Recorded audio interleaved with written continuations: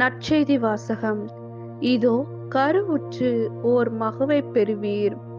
லூக்கா எழுதிய தூய நற்செய்தியிலிருந்து வாசகம். அதிகாரம் 1, இறை வசனங்கள் 26 முதல் 38.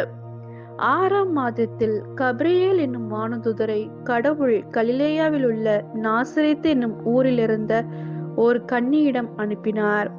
அவர் தாவீது குடும்பத்தினராகிய யோசேப்பு என்னும் பெயருடைய ஒருவருக்கு மன ஒப்பந்தமானவர். அவர் பெயர் மரியா. வானதூதர் மரியாவுக்கு தோன்றி, அருள் நிறைந்தவரே வாழ்க, ஆண்டவர் உம்மோடு இருக்கிறார் என்றார். இவ்வார்த்தைகளை கேட்டு மரியா கலங்கி, இந்த வாழ்த்து எத்தகையதோ என்று எண்ணிக்கொண்டிருந்தார். வானதூதர் அவரை பார்த்து, மரியா, அஞ்ச வேண்டாம், கடவுளின் அருளை கண்டடைந்துள்ளீர். இதோ கருவுற்று ஒரு மகனை பெறுவீர்.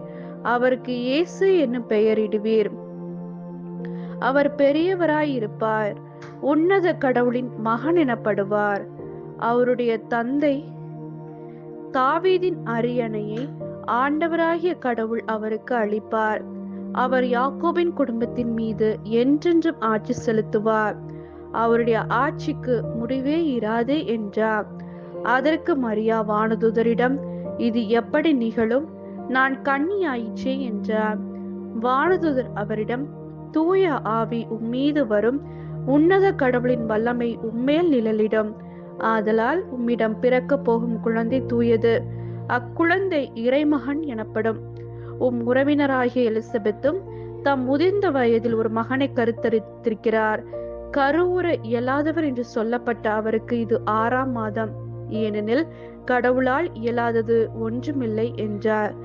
பின்னர் மரியா, நான் ஆண்டவரின் அடிமை, உம் சொற்படியே எனக்கு நிகழட்டும் என்றார்.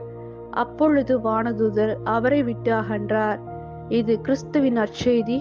கிறிஸ்துவே உமக்கு புகழ்.